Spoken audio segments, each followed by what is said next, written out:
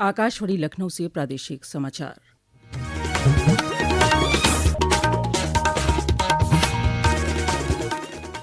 पहले मुख्य समाचार। मुख्यमंत्री योगी आदित्यनाथ ने उत्तर प्रदेश होमगार्ड के 63वें स्थापना दिवस को किया संबोधित। विभाग को जवानों के लिए कैशलेस स्वास्थ्य सुविधा उपलब्ध कराने के दिए निर्देश। भारत रत्न बाबा साहेब भीमराव अम्बेडकर के महापरिनिर्वाण दिवस पर प्रदेश में कार्यक्रमों का आयोजन। मुख्यमंत्री ने कहा, संविदा और सफाई कर्मचारियों को न्यूनतम मानदेय की गारंटी उपलब्ध कराएगी सरकार। केंद्र सरकार ने इंडिको को किरायों का लंबित भुगतान जारी करने के दिए निर्देश। कहा, भुगतान प्रक्रिया में किसी भी प्रकार की देरी होने पर की जाएगी तत्काल कार्रवाई। और काशी तमिल संगमम के चौथे संस्करण के 5वें दिन हुआ विविध कार्यक्रमों का आयोजन। तमिलनाडु से आए लेखकों के समूह ने किए काशी विश्वनाथ के दर्शन।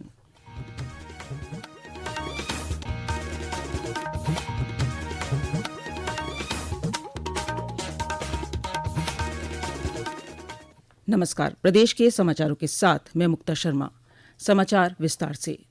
मुख्यमंत्री योगी आदित्यनाथ आज उत्तर प्रदेश होमगार्ड्स के 63वें स्थापना दिवस पर लखनऊ में आयोजित कार्यक्रम में शामिल हुए। इस अवसर पर मुख्यमंत्री ने कहा कि केवल एक आयोजन नहीं बल्कि अनुशासन, समर्पण और सेवा भावना का प्रतीक है। उन्होंने कहा कि होमगार्ड संगठन अब सिर्फ पुलिस के सहायक के रूप में ही कार्यरत नहीं है, बल्कि वह यातायात संचालन, चुनाव ड्यूटी, आपदा नियंत्रण जैसे मौकों पर भी सेवाएं दे रहा है। मुख्यमंत्री ने विभाग से कहा कि होमगार्ड के जवान को आयुष्मान भारत की तर्ज पर कैशलेस स्वास्थ्य की सुविधा उपलब्ध कराने के लिए प्रस्ताव बनाकर भेजें। श्री योगी ने कहा कि राज्य सरकार होमगार्ड्स के कल्याण के लिए पूरी तरह प्रतिबद्ध है और इस दिशा में ठोस कदम उठा रही है।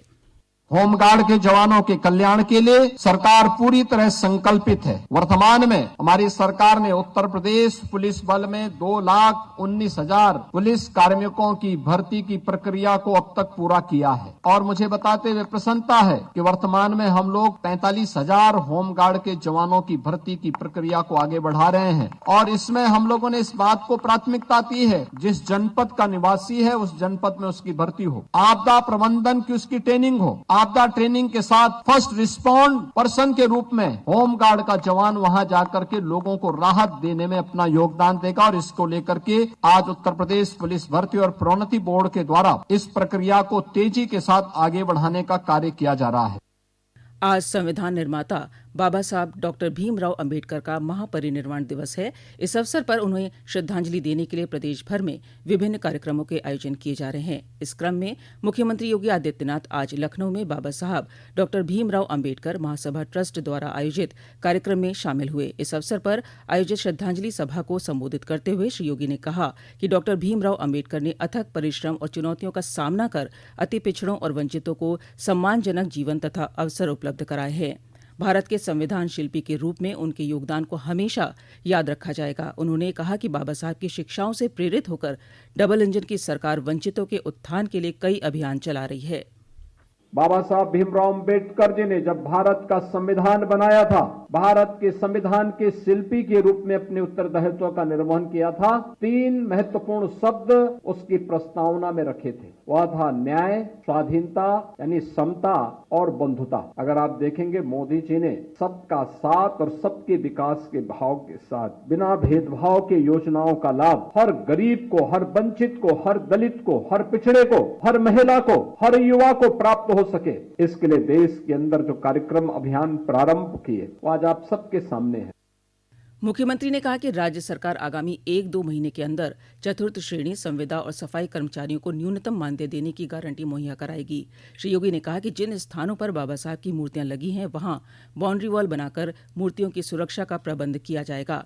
डॉक्टर भीमराव अम्बेडकर के महापरिनिर्वाण दिवस के मौके पर लखनऊ में प्रदेश कांग्रेस कार्यालय पर स्मृति सभा का आयोजन किया गया है, जिसमें राज्यसभा में उपनेता प्रतिपक्ष प्रमोद तिवारी, कांग्रेस विधानमंडल दल की नेता आराधना मिश्रा मूना और सांसद तनुज पुनिया ने बाबा साहब को श्रद्धांजलि अर्पित करते हुए उनके ऐतिहासिक योगदान पर चर्चा की।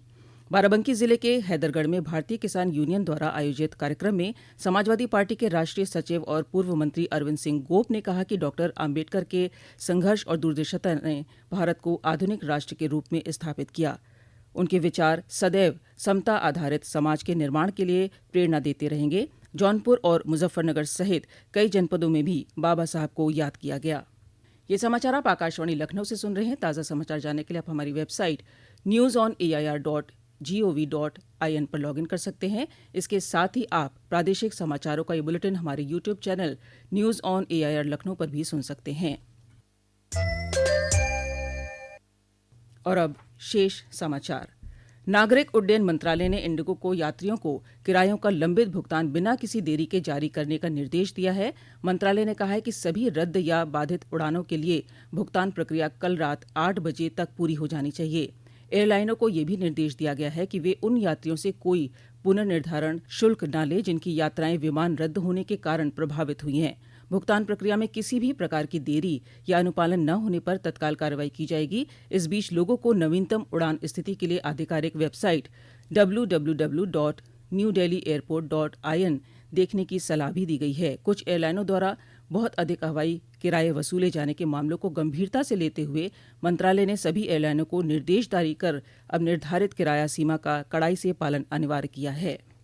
काशी तमिल संगमम के चौथे संस्करण का आज 5वां दिन है। इस क्रम में तमिलनाडु से आया दूसरा और तीसरा दल आज काशी के विभिन्न स्थानों का दौरा कर रहा है। एक रिपोर्ट।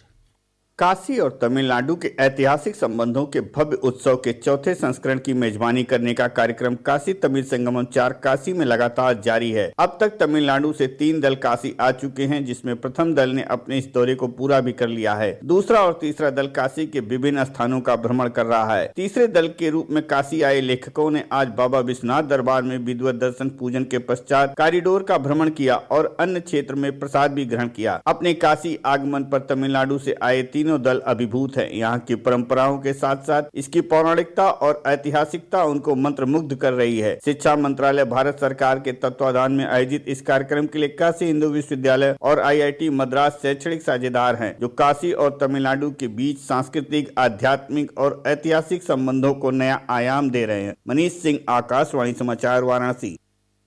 प्रदेश में विशेष गहन पुनरीक्षण कार्यक्रम तेजी से जारी है। गोरखपुर में SIR के बारे में जिला मजिस्ट्रेट दीपक मीना ने बताया कि लोग ऑनलाइन पोर्टल से घर बैठे गणना प्रपत्र भरकर जमा कर सकते हैं। उन्होंने कहा कि 2003 की मतदाता सूची भी इसी पोर्टल पर मौजूद है। जिलाधिकारी ने बताया कि जिन लोगों का नाम वोटर लिस्ट में दर्ज नहीं है वो फॉर्म 6 भी भरें ताकि उनका नाम मतदाता सूची में शामिल किया जा सके। ECI नेट करके आपकी ऐप है जो आप एंड्रॉइड और आईफोन जो भी है एप्पल पे दोनों पे चलती है। आप उसको इंस्टॉल करेंगे तो उस पे सारी सुविधाएं हैं। उस पे सुविधाएं मतलब आप सबसे पहले इंस्टॉल करके उसको खोलेंगे तो सबसे पहला ऑप्शन ही आपको पॉपअप मेन्यू में दिखाता है कि आप अपना इन्यूमरेशन फॉर्म भरना चाहते हैं या नहीं। उसमें दूसरा लिस्ट में दिखाता है कि आप अपना नाम 2003 की सूची में ढूंढ सकते हैं। उधर पीलीभीत के पूरनपुर में जिलाधिकारी ज्ञानेंद्र सिंह ने SIR का काम समय से पूरा करने के लिए सांसदों से सहयोग मांगा है। उन्होंने कहा कि जिले में SIR की प्रगति काफी अच्छी है। पीलीभीत जिले में शारदा नदी के धनारा घाट पर 3 किलोमीटर से अधिक लंबे पुल का निर्माण जारी है।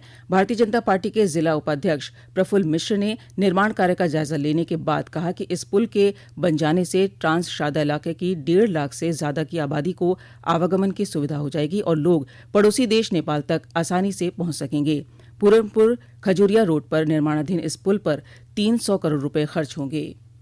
उत्तर प्रदेश लोक सेवा आयोग दिसंबर-जनवरी माह में सहायक अध्यापक प्रशिक्षित स्नातक भर्ती परीक्षा का आयोजन करेगा। इस परीक्षा के जरिए 15 विषयों में 7,466 पदों पर अभ्यर्थियों का चयन किया जाएगा। परीक्षा को पारदर्शी तरीके से संपन्न कराने के लिए पुख्ता व्यवस्था की गई है। देवरिया जिले में सांसद खेल स्पर्धा के क्रम में बैतालपुर नगर पंचायत क्षेत्र में मिनी मैराथन प्रतियोगिता का आयोजन किया गया। स्थानीय सांसद शशांक मणि त्रिपाठी ने इसे हरी झंडी दिखाकर रवाना किया। इस अवसर पर श्री त्रिपाठी ने कहा कि केंद्र और राज्य सरकार खेलों और खिलाड़ियों को प्रोत्साहित करने के लिए ठोस कदम उठा रही है। उन्होंने कहा कि इन नीतियों ने ग्रामीण प्रतिभाओं को भी प्रभावी मंच दिया है। और अब अंत में मुख्य समाचार एक बार फिर। मुख्यमंत्री योगी आदित्यनाथ ने उत्तर प्रदेश होमगार्ड के 63वें स्थापना दिवस को किया संबोधित। विभाग को जवानों के लिए कैशलेस स्वास्थ्य सुविधा उपलब्ध कराने के दिए निर्देश। भारत रत्न बाबा साहब भीमराव अंबेडकर के महापरिनिर्वाण दिवस पर प्रदेश में कार्यक्रमों का आयोजन। मुख्यमंत्री ने कहा संविदा और सफाई कर्मचारियों को न्यूनतम मानदेय की गारंटी उपलब्ध कराएगी सरकार।